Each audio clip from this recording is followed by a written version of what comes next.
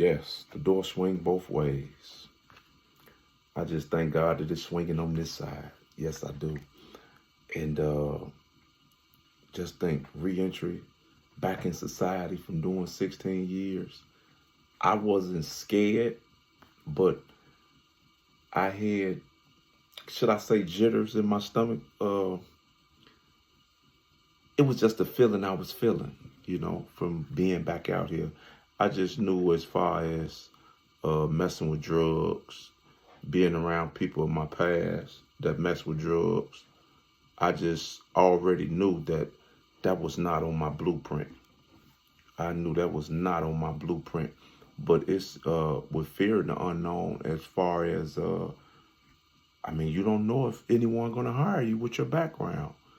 That was one thing I was thinking about. And that's why I prepared myself anyway while I was incarcerated. That's why I wrote this one, Dog Food, and the basic essentials of doing time constructively. Because I knew, and I had both of those published as well, I knew if anything else failed, I was going to hit the ground running, selling these everywhere that I go. Yes. And using just that same passion as if I was selling narcotics. But this just something just positive. But yes, the door swing both ways. I'm gonna let my fingers guide me to a chapter. I always like to read the beginning of a chapter. Let's see where I go.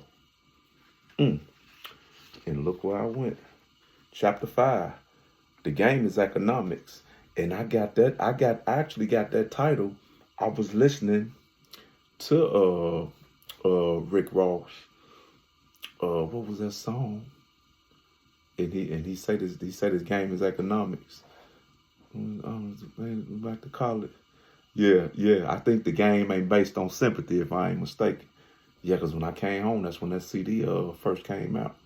So anyway, this chapter right here, chapter 5, the game is economics.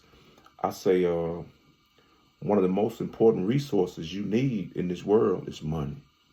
You need that Spanky Johnson. Ooh. Does the name Spanky Johnson rings a bell? Yeah, you need that money. One of the most important resources you need in this world is money. You need it to buy food, water, clothing, shelter, entertainment, everything. I knew before I was incarcerated how important it was. After my incarceration, I was painfully reminded on how important it was. I knew that in my successful reentry, my means to get money was going to be legit and positive. I was going to keep it legit, like MC Hammer. Too legit to quit and keep it positive. I always express that. If it's not positive, it's not for me. Because I don't want to do anything negative to get back in that cage. It got to be positive, without a doubt, a contradiction. Let me get back to this chapter.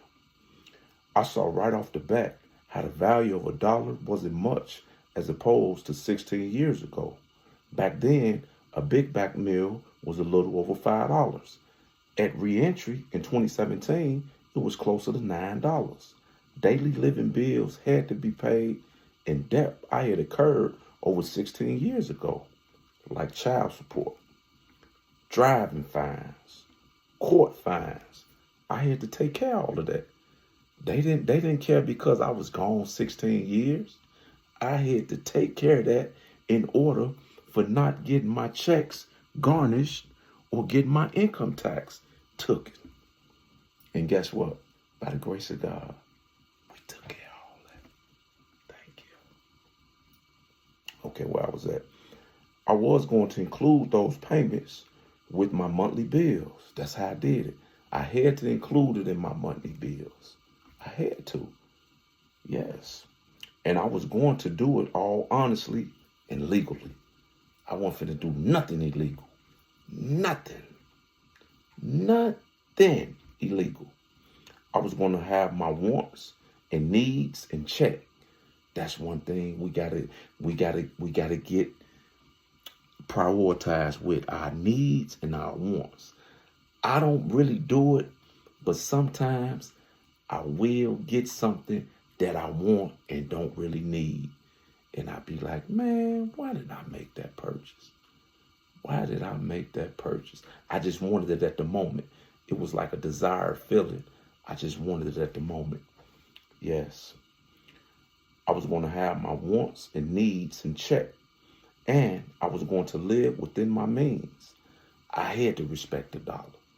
You got to respect the dollar. You got to respect the dollar. Yes. I needed to understand economics, and I used that understanding fully. I knew a guy named Rico. I'm sorry. Rio. Goldman, aka Goldie. He turned out to be a vessel for me to write this chapter of the book. You see, he was the reason for my first job. And I just talked to the Gold Man today. Shout out to the Gold Man. What's up, baby? You see, he was the reason for my first job. He was working at a place called Precision Drywall, and they were looking for laborers. And it's funny because we just was talking about this today. Yes, working at Precision. Yes. Wow. He was working at a place called Precision Drywall. They were looking for laborers. He said, you had to be moving. He said, you had to be moving all the time and that it was hard work. He suggested I apply. Here's the rest of that story. Y'all got to read the book. Shout out to my man Gold Man. But yeah, y'all got to read the book. Man, this, I'm going to give y'all some more of this.